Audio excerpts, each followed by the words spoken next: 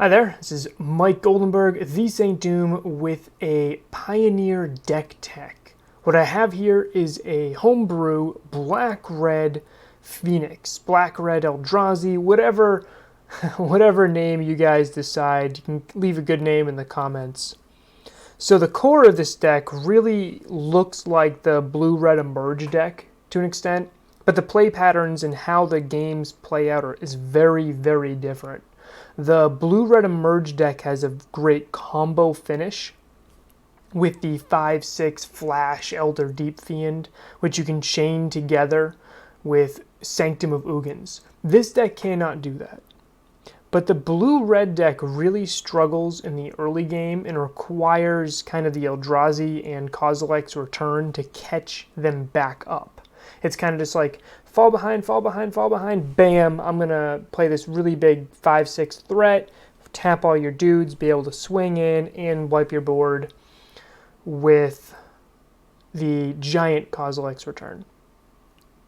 That's not the way it works with this deck at all. This deck has much more of a Jund feel. So instead of things like Stubborn Denial, we have Thoughtseize. Instead of things like Izzet Charm, we have Rix Maddie Reveler. And what that does is that makes this deck more proactive in that it pushes along the mana curve much nicer. I have things to do all along up until I start casting my big Eldrazi. And I'm less reliant on the Emerge because I feel like a better mid-range game plan.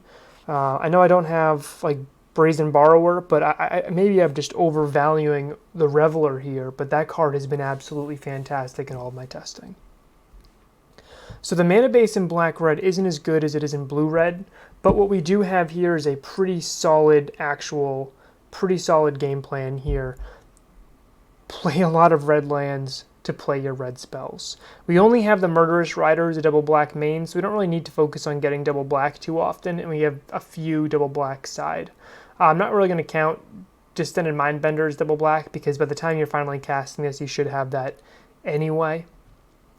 So early game, our interaction is here. We have Thoughtseize, we have Lightning Axe, which can pitch either a Flamewake Phoenix or a Kozilek's Return just for value, or it can just pitch extra lands if you have those two. Lightning Axe is probably one of the better creature removal spells in the format because it just can kill almost anything. 5/5. There's a lot of 5/5s running around in the format. Collective Brutality is just a really good spell against aggro decks and control decks, and you can also use it to pitch, to get extra modes, pitching again cards you don't mind going to the graveyard. Bone Crusher Giant might be the best card in the deck.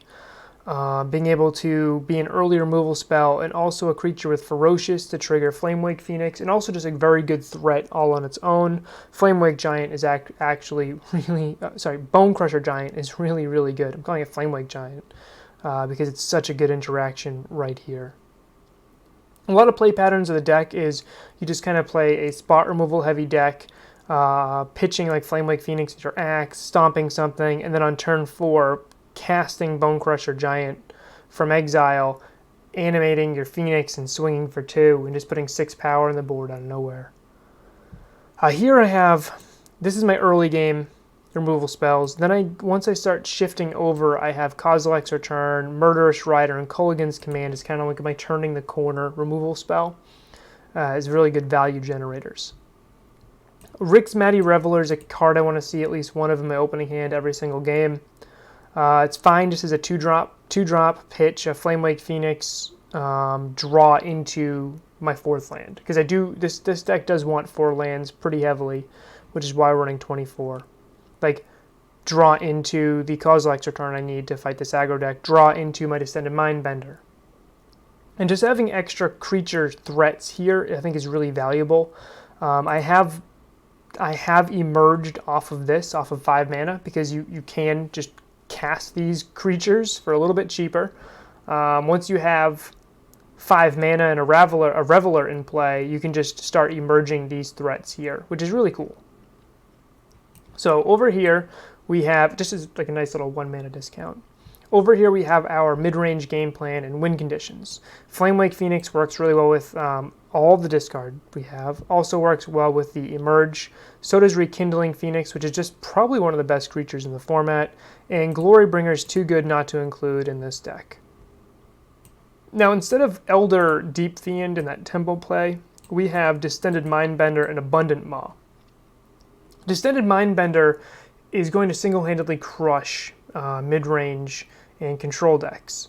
So what this card does is when you cast this spell, you get a free Inquisition of Kozilek, and you get a free Thoughtseize that can only target things with CMC 4 or greater effectively. So you get to rip 2 cards out of your opponent's hand, a cheap interactive spell, and a win condition. Against control, you take an Absorb and you take a Teferi. Against mid-range, you take a Scavenging Ooze and you take a Vraska. So it's very, very good being able to drop this when your opponent's trying to win an attrition game plan or trying to outvalue you. You can't outvalue this card. And it's also a 5/5 body to boot. Abundant Maw is Siege Rhino. There's no other way to put it. It's a 6/4 Siege Rhino.